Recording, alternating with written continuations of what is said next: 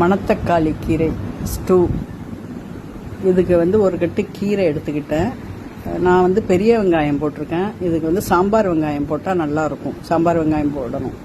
அது போட்டு இந்த மாதிரி நல்லா கொதிக்க வச்சுக்கணும். நல்லா வேக வச்சு உப்பு போட்டு வேக வச்சுட்டு தேங்காய் ஒரு மூடி எடுத்து இந்த மாதிரி தேங்காய் பால் எடுத்து வச்சுக்கணும்.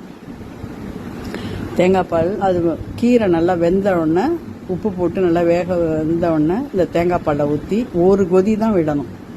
ரொம்ப கொதி விடக்கூடாது. ஒரு கொதி விட்டுட்டு அதில் நெய்யும் ஜீரகமும் தாளித்து போட்டுக்கணும். இதை வந்து நீங்கள் 11 மணிக்கு ஒரு சூப் மாதிரி கூட குடிக்கலாம். சாதத்தோட பசைஞ்சு சாப்பிட்லாம். சாம்பார் சாதத்தை கூட இதை தொட்டுக்கலாம். இது வந்து அவ்வளோ நல்லது, ஹெல்தி. வயிற்று புண்ணு வாய் புண்ணெல்லாம் அப்படியே ஒரே நாளில் க்யூர் ஆகிடும். இதே மாதிரி அவுத்தி கீரையிலையும் நீங்கள் செய்யலாம். இதே மெத்தடு அவுத்தி கீரையில் செய்யலாம். ஆனால் அது வேக டைம் ஆகும். அதனால் நம்ம குக்கரில் நான் ஒரு விசில் விட்டுட்டு செய்வேன். பாருங்க, வெந்த உடனே நெய் போட்டு ஜீரகம்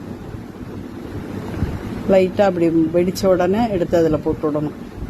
நெய்யில் தான் செய்யணும். நெய் போட்டு செஞ்சால் தான் அது நல்லாயிருக்கும். அதனால் நெய்யும் ஜீரகமும்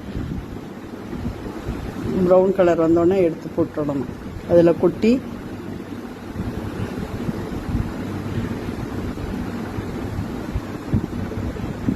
இது வந்து அவ்வளோ மெடிசன்.